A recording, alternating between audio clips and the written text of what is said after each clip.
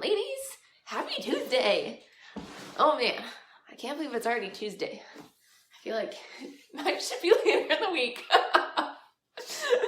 How is everybody doing? Tonight we're going to talk about strength, and it's such an important topic to me. Also, how to start strength training is going to be the main thing for here. And so if you're not strength training right now, we're going to go over a couple reasons why it's super important, and then dive into kind of how you get started into it and what are some things to really think about as you do start into it and as you do branch into this side of life through it, and how you balance it a little bit with riding. I know that I think there was a girl named Erin, I think she was a PT as well from what I remember, that she said that she was doing a lot of strength training, doing a lot of lifting, and that it was impacting her riding. And so some of the things to think about for some of your riding. So strength training, why do we need it? Y'all, what does strength training do for you? And strength training covers such a broad overview of everything. What is strength training? What does it actually mean? What does it do for us? So one of the things that it does for us is, in the beginning especially, is that it builds body awareness. And that it helps us understand what we're moving. It connects us back to our body. It connects us to what we're moving. There are things in our body called proprioception, and also just what and a lot of people overlay body awareness. It's like, I know that my elbow is bent. I know my elbow is straight because I have receptors in my muscles and my joints that I don't have to look at it and be like, yes, it's bent. Now it's straight. And I know the degrees within that. And so as we're learning this body awareness in the very beginning, it's still strength training, but it's actually more neuromuscular control is what we're learning from it. And so that neuromuscular control is what we gain in the beginning. Our connection to our body, understanding how to work it, understanding how to activate it, and how to move certain parts and keep other parts still.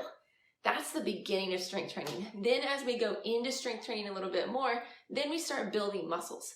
Y'all know that you don't technically build strength, aka build like hypertrophy in your muscles, like grow the muscle fibers until like 6 to 12 weeks. Now, y'all ladies that are on here that have just done the Core Crushers Accountability Challenge, you're like, say what? I feel stronger after 2 weeks of doing these workouts. How is that possible? That's literally, I'm working your brain to body connection. And so that you'll actually understand how to activate that muscle more fully. And as we now, it's what I call flipping on the light switch, as we flip this light switch on, we're able to utilize it better. And so in that 0 to 6 weeks, that's what we're doing. We're connecting our body and our brain together, and so we can understand the movement patterns. From the 6 to 12 weeks is when we start gaining more strength. That's actually when we're building the muscle and we can get more sore. We can start doing more effects to it. Now you can get sore in the first part because you overdid it a little bit, but actually literally building the muscle up, making it be able to handle more load is more in that 6 to 12 range. So as we start to do this, as we look at strength training, it's such a wide variance. And as you're starting to strength train, it doesn't need to be excessive. It doesn't need to be a ton. It needs to be enough, but it's not that you have to do like an hour-and-a-half workout to get and gain benefits from it. In fact, it's just the opposite. As we're learning how to move our body, as we're learning the effects of it, shorter workouts, like 15, 30-minute workouts, are perfect. These get you moving, these get your brain working. And the key whenever you're starting this is that you're doing the movements correctly, that you're understanding what you're actually activating, and that you're really tying into that light switch. Because this is also when you have the most high chance of hurting yourself by doing an exercise incorrectly. And so as you're starting into it, making sure that you have a little bit more direction, that you're understanding what movements that you're doing, and that you're targeting them correctly are so key. And it's because that is the main part whenever you're starting this. It's the main gig. And so as we dive into this, fitting it into your life, one of the main first topics, 15 to 30 minute workouts, even 15 to 20 minute workouts. The ladies in the Core Crushers did 15-minute workouts for 4 days a week. Some of them only did it for like 3 or 2 days a week. And they all saw benefits.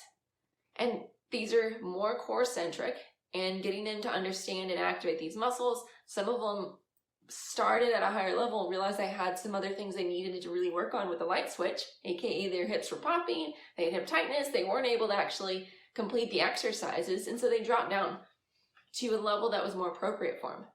And so that goes into, as we go in and focus on these different parts, making sure that you stay healthy and strong and that you are doing the right things for your body, that you're connecting and using this light switch, is that you are programming these motor patterns to work for you, not against you. And so as we're programming these motor patterns, like I don't think about walking. Do you think about walking? As I like get up and move, I don't think about what muscles I'm going to be using. I have a motor pattern that says that.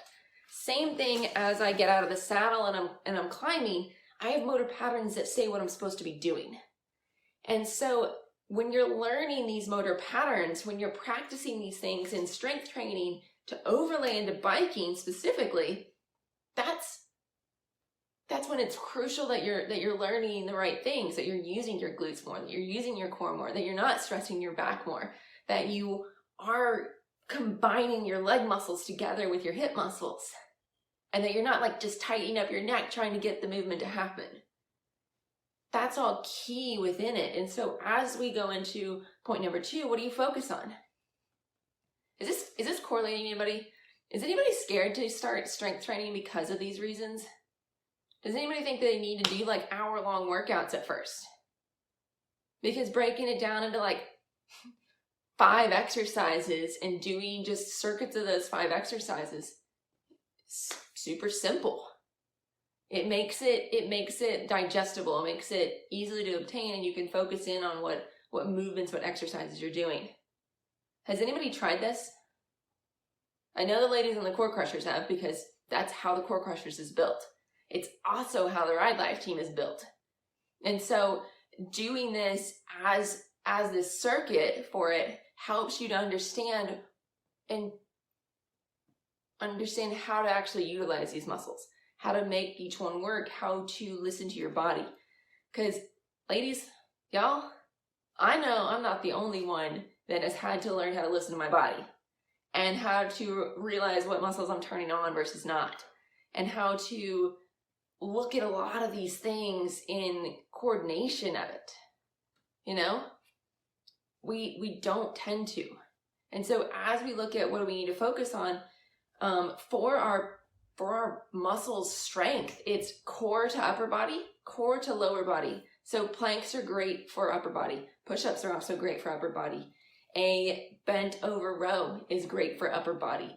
We need to look at pushing exercises for upper body as well as pulling for upper body, but it all correlates back to our core, because that's what gives us our control with our upper body on the bike. And it's works for other different things too, but it really helps with biking.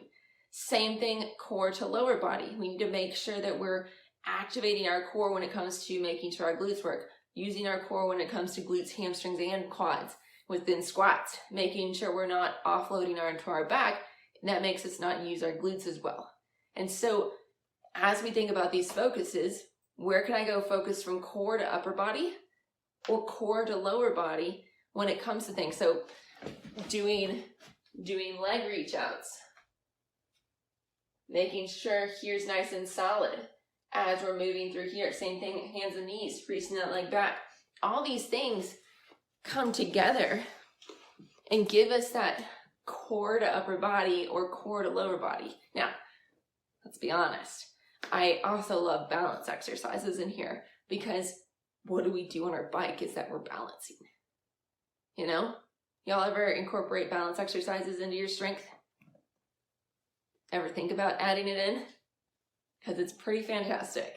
Let me tell you. Marguerite says, makes sense before she was going to class at the gym, was way beyond her level, not riding as much. Y'all, classes Classes are great because they have a lot of motivation. They get you going, they make you accountable, you have to show up to them. A lot of time they move too quick, especially when you're first starting. As you're going into it and that you're in, like you're further into your strength training journey, then they're good because they get your heart rate going, they get you moving, they have that accountability. But for starting out, they move a little bit quick in my opinion, majority of the times. Now there are exceptions to every rule within that, but there's just a lot going on. And sometimes we need to get into our own brain and into a little bit of quiet place, actually think about what's happening, what we're using in our body. Am I using all my quads for this? Oh, it's a core exercise. Maybe I shouldn't be using my quads. Maybe I should actually use my core for this and not my quads, because it's a compensation and that's going to lead you to have injuries, make your back hurt worse, all this other stuff. So fitting into your life, 15, 30-minute workouts are perfect. They're great beginning, and also as you bump up your levels of exercises, they're good as you go along as well. That's what I do. Focus on core to upper body, core to lower body, how these all interact together, and you can actually probably get some upper and lower body stuff with the core put into it all at the same time, which is even better. Then as we look into our biggest movement, what's the biggest area that we need to focus in on and strengthen around? Y'all, do you know the answer to this? I talk about it a lot. So you've probably heard it before, but let's break into it again. Can you guys guess what this is? Because I know that some of y'all know it.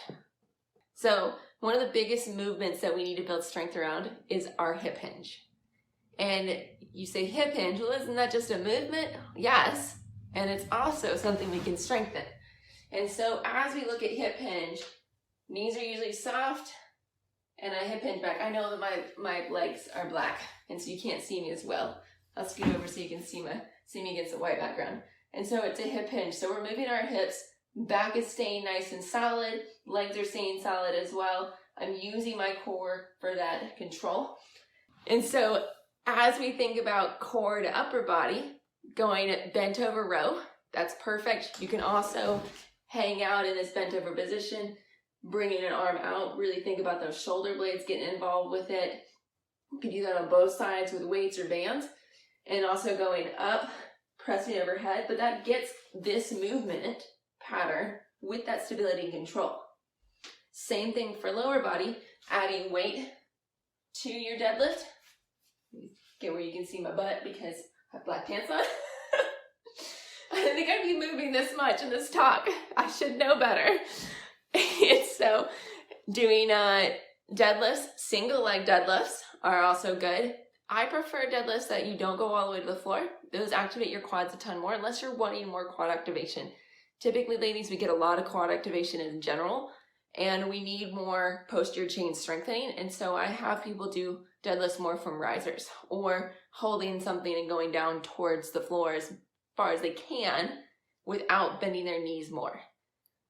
Also doing reverse lunges, that's a hip hinge as well. And same thing, bridges, those are hip hinges.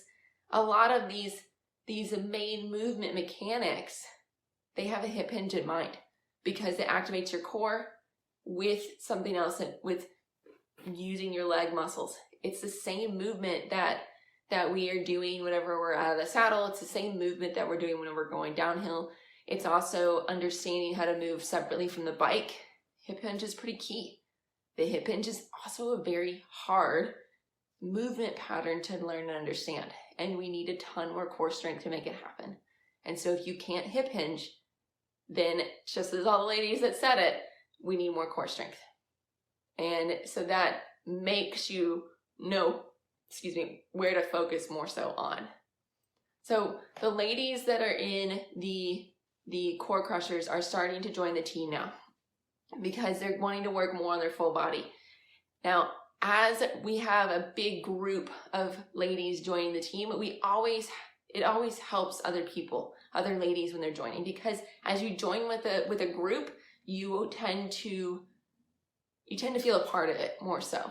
And as they're joining, I haven't posted anything in the mountain biking ladies group about it, but if you would like more information on the team, it's $25 a month.